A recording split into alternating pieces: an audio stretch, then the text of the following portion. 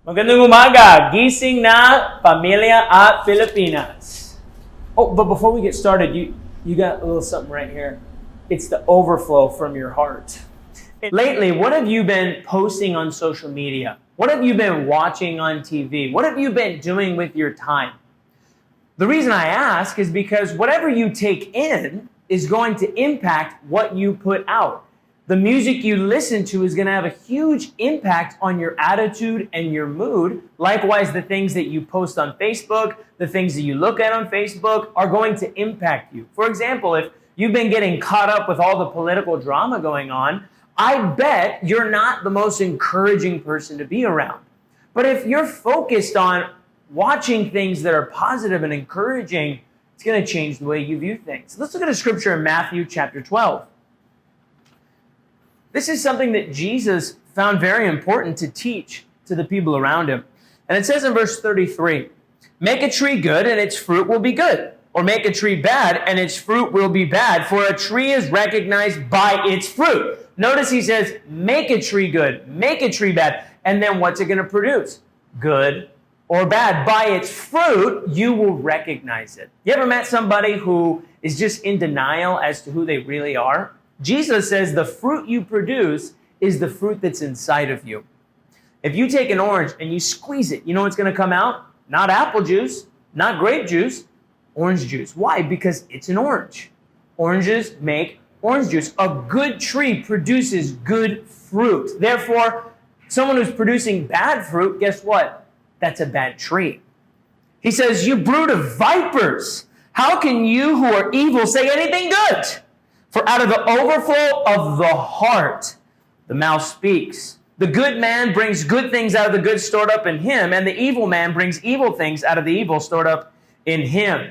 See, Jesus says that a good tree is going to produce good fruit. Likewise, a man who has stored up inside of himself good things, meaning, hey, he's thinking about positive things. He's thinking about the word. He's in touch with God in prayer. He has positive relationships. He's going to produce good things.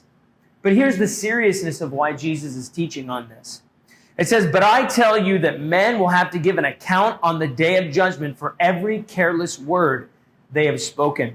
For by your words you will be acquitted, and by your words you will be condemned."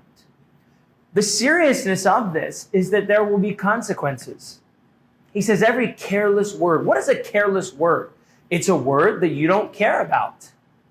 And so much of what we do, especially in a time like this of quarantine, is careless. We don't put thought into it. I think for some of us, we think that our quiet times just need to happen naturally. We wake up, and eventually we lounge around, and then eventually we open our Bible, we read a little bit. That's not it. We've got to be careful how we conduct ourselves. We've got to be careful what we watch, what we listen to. I'm not saying that you need to only listen to Christian music or you should only watch cartoons and G-rated movies. That's all I'm saying. But what I am saying is that you need to be careful as to what you're taking in.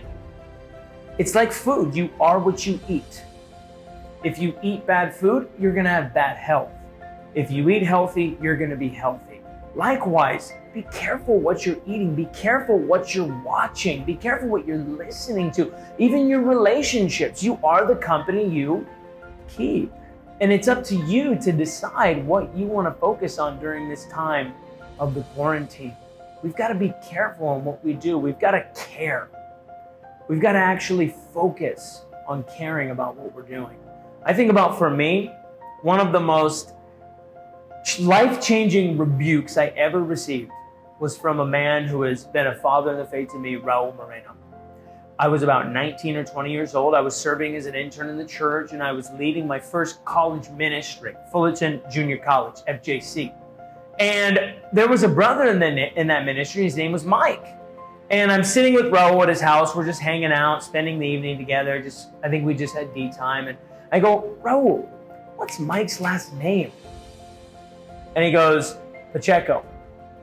"Pacheco, okay, thanks. All right, cool." Didn't think anything of it. It was just very careless. Like, "Hey, well, what's his name?" I didn't really think about it. But then Raul kind of looks at me and he goes, "You know why you don't know his name, Ricky? You know why you don't know his last name and I do? Because I pray for him every single day.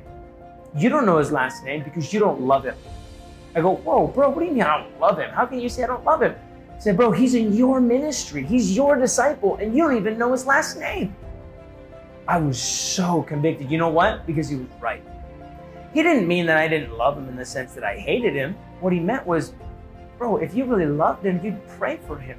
You would be caring in your relationship with him. You see, Jesus says that you need to be careful what you're taking in, because what you produce, the words you say, the actions you have, they're going to be judged. And you may not care, you may not think it's a big deal, but it is.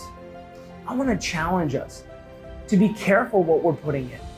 Philippians chapter 4, verse 8, Paul tells the Philippian church, hey, listen, you guys need to focus on what's good, whatever's good, whatever's excellent, whatever's praiseworthy. He says, think about such things. What we think about is who we are. I want to encourage us, let's not just read the Bible. Let's have great quiet times. Let's not just pray. Let's cry out to God.